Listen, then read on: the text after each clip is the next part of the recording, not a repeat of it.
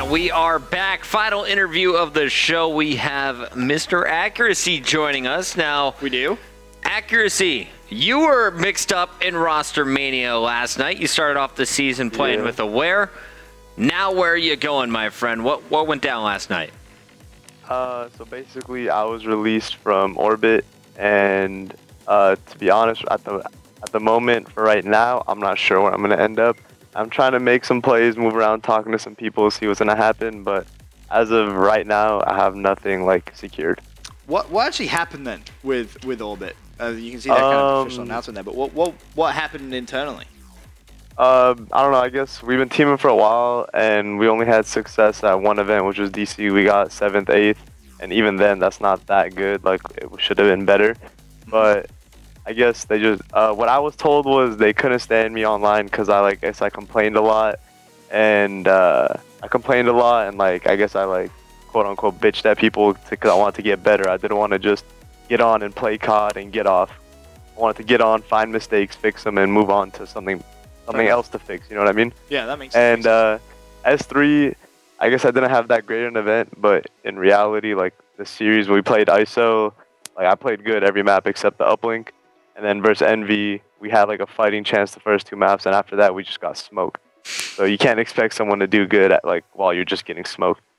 Looking back at Orbit, who was your best teammate? Who would you say is the best player that's still on that lineup? TCM. TCM. A lot of people have been talking about TCM. Very kind of like, I don't want to say up and coming. He's been around for a while. The thing about him is that it's hard to find really explosive subs that are like slayers, and he like put up numbers a lot. You see TCM's picture there with the glasses. Of course, Orbit going to be left looking for one. In terms of you in the future, obviously you said you don't really know what your plans are. You know, roster lock is essentially Sunday if you're playing in the 10K. Yeah. Any players on your radar that you would like to kind of team with? Because we learned during that commercial break, Moach and Royalty are LF2. Yeah, Moach, Royalty, I'd love to play with them. Jerd, EP, I don't know who else is a free agent, to be honest. I mean, there's Royalty, Jerd, Aches, TP, Fizz, Anticity, Replays, yourself, Moach, right now, the notable ones. I like to play with Replays, Jerd, TP, Royalty, Mochilla, any of those players. Okay, I'm surprised to kind of hear you say a couple of those names. What role do you want to play, Accuracy? I've seen you with the BAL in hand. I've seen you with the SMG. Where are you happiest right now? What do you think is best fit for you? I like doing both, to be honest, but I like giving my BAL up to a player that I know could put the numbers up that I can put up or even exceed that. So if I have somebody on my team that could do that, I'll use a sub. Like when I was on Aware, I had Huke on my team, and that's when he ran a BAL, and he was godlike. So I was like, I'll run your sub and get in the hills. I have no problem with that. Just be kind of, just diverse to what you want to do. That makes a lot of sense. In terms of some of the other roster moves which have gone down, is there been anything which has struck you as surprising, or has everything kind of gone in your mind how it would? Like TK to me was pretty obvious. Optic Nation was very obvious. Anything which has surprised you? The ELV Envy, like the Octane going to ELV was kind of surprising because I'm friends with all those players, and we were all pretty sure that he wasn't doing it, and then it just happened out of nowhere. But to be honest, I was like, that's a really good team. I'm not gonna lie. Do you think that improves Elevate, or do you think that kind of keeps them? It improves. The thing is that Classic was a great player, but he's not. I don't think he's at his best when he's running main BAL.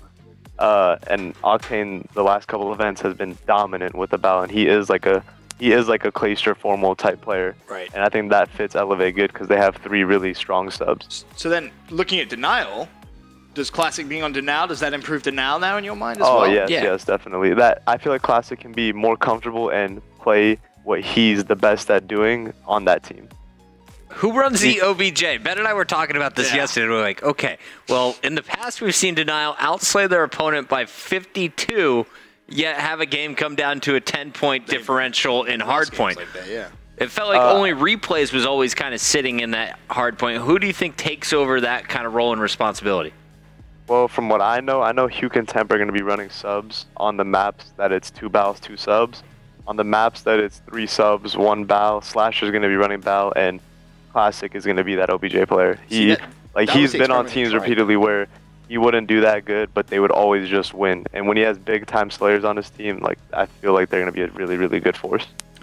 I'm excited to watch that Denial squad because it's, having replays on yesterday was like, hey, season 3 we tried changing it up. Temp said he wanted to run the SMG. I ran the Battle. That's absolutely fine on some maps. He was like, it just didn't work. Like it just did not work. Replays was so kind of used to, I guess, that objective environment that Temp, he didn't want to point fingers, but that was basically reading between the lines what he was trying to say. So yeah. I think maybe some big things for Denial. I think Denial's going to be really, really good now.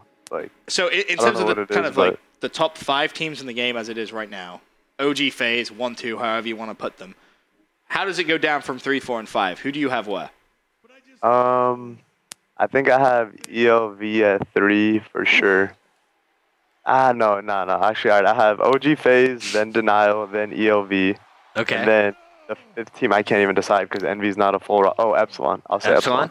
Yeah. I guess that's the 5th team that's complete and is not named Optic Nation or Team Caliber. Do you not have Epsilon above either of those teams? I mean, 3/4 of the LTR squad plus Parasite. You saw what they did at Season 3.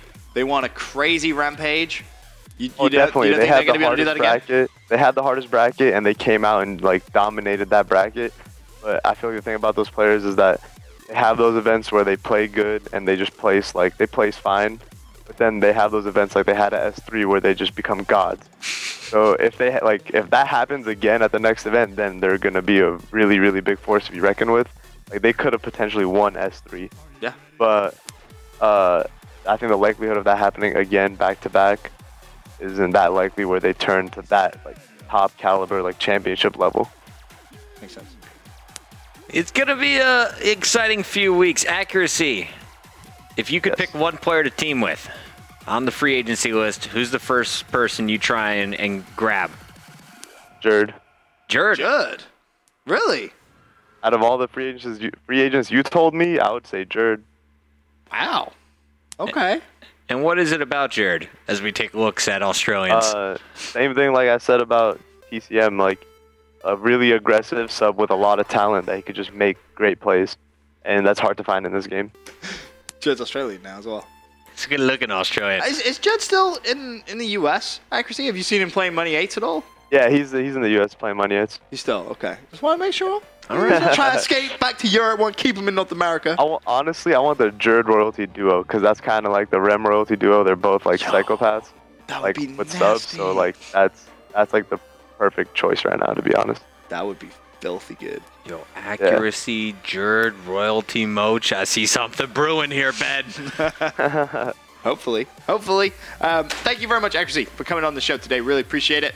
Wish you the best of luck trying to find a team. I know time is of the essence, that's for sure. But hopefully you can find a team for Worlds and hopefully place very, very well as well. So massive thank you to you for coming on the show. And that is going to conclude all of our Rostermania. All the card. Before we end the show, though, I do want to make a correction.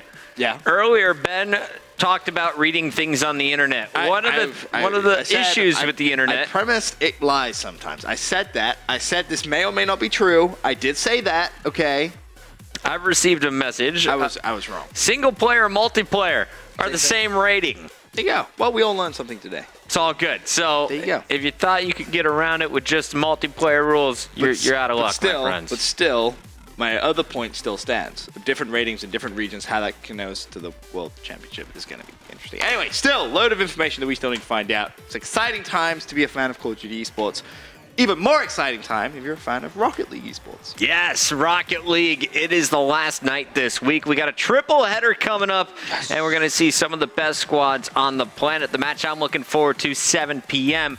Kings of Urban taking on Flipside Tactics, the NA group taking on the best team from the EU. You're not going to want to miss that, guys. Rocket League when we return.